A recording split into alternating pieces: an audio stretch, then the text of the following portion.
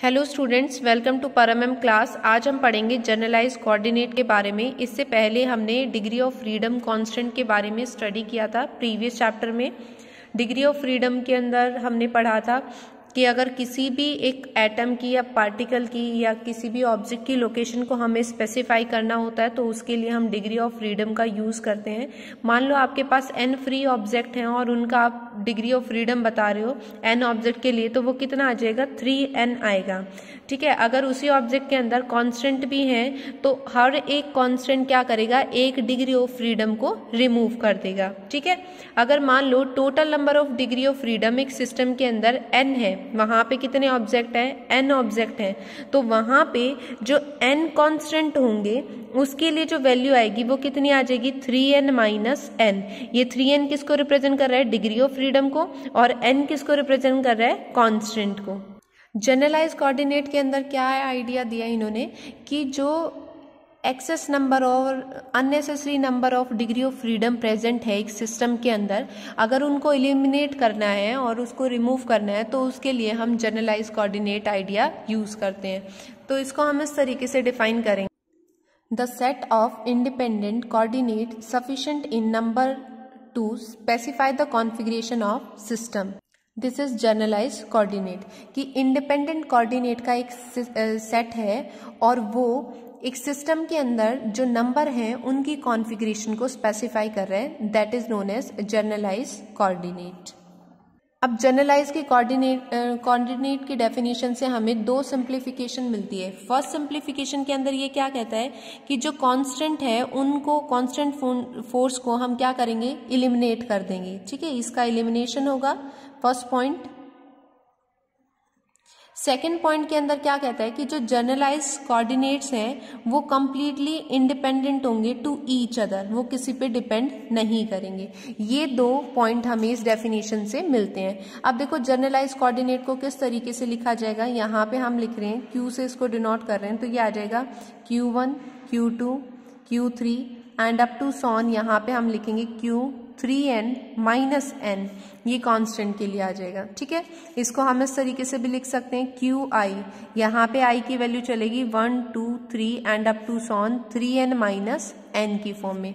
अगर इसी को हम टाइम के डेरिवेटिव फॉर्म के अंदर लिखते हैं तो वो क्या कहलाएगा, जनरलाइज्ड वेलोसिटी। उसको हम इस तरीके से लिखेंगे QI डॉट, जनरलाइज्ड वेलोसिटी के लिए डॉट ऊपर रिप्रेजेंट किया जाएगा और यहाँ पे आ जाएगा DQI ओवर DT। I की वैल्यू हम लेंगे 1, 2 and up to so on F तक।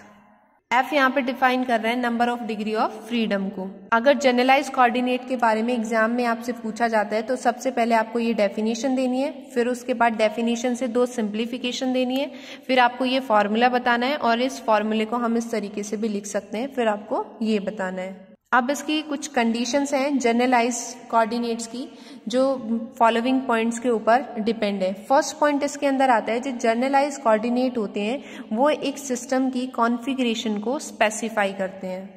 सेकंड पॉइंट आता है इंडिपेंडेंट टू ईच अदर, जो कांस्टेंट सिस्टम हम लेते हैं उसके अंदर जो नंबर ऑफ पार्टिकल्स होते हैं उनके ऊपर इंडिपेंडेंट होता है। थर्ड, यहाँ पे अगर हम कोई भी एक कोऑर्डिनेट का सेट चूज कर रहे हैं तो वो सेट रीजनेबल होना चाहिए ताकि जो मैथमेटिकल प्रॉब्लम है उनको हम इजीली सिंप्लीफाई कर सकें।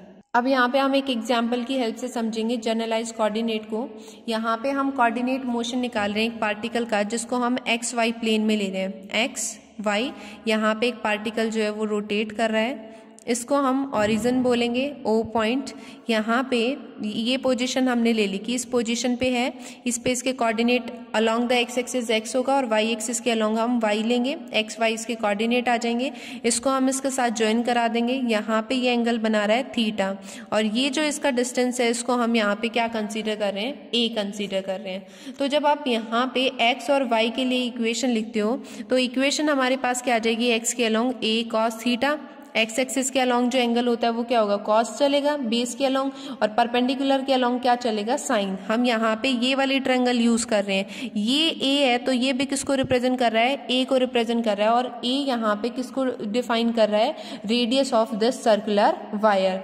जब आप वाई के लिए इक्वेशन लिख रहे हो तो इक्वेशन क्या आ जाएगी यहाँ पे, ए साइन थीटा, क्योंकि ये परपेंडिकुलर हो गया, परपेंडिकुलर के अलोंग हम क्या यूज करते हैं, साइन थीटा यूज करते हैं।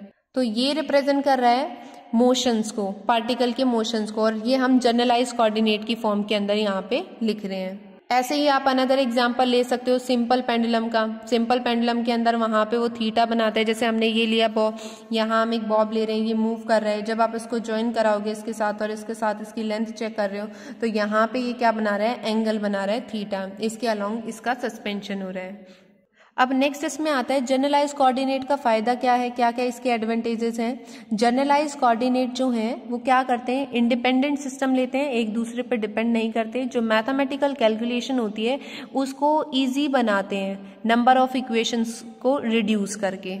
और जनरलाइज कोऑर्डिनेट की हेल्प से हम इक्वेशन ऑफ मोशन को इंडिपेंडेंटली सॉल्व कर सकते हैं, ये इसके बेनिफिट है। अब देखो जनरलाइज कोऑर्डिनेट के भी टाइप आते हैं। इसके अंदर एक हम पढ़ेंगे जनरलाइज्ड डिस्प्लेसमेंट के बारे में।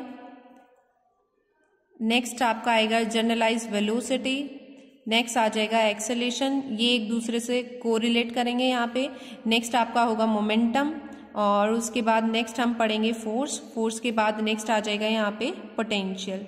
ये सारे हमारे किस में चलेंगे, जनरलाइज सिस्टम के अंदर। इस वीडियो में हमने सिर्फ जनरलाइज कोऑर्डिनेट के बारे में पढ़ा है, नेक्स्ट वीडियोस में हम इनके बारे में पढ़ेंगे। अगर आपको कोई भी प्रॉब्लम है तो आप कमेंट बॉक्स में लिख सकते हैं। Thank you for watching my video.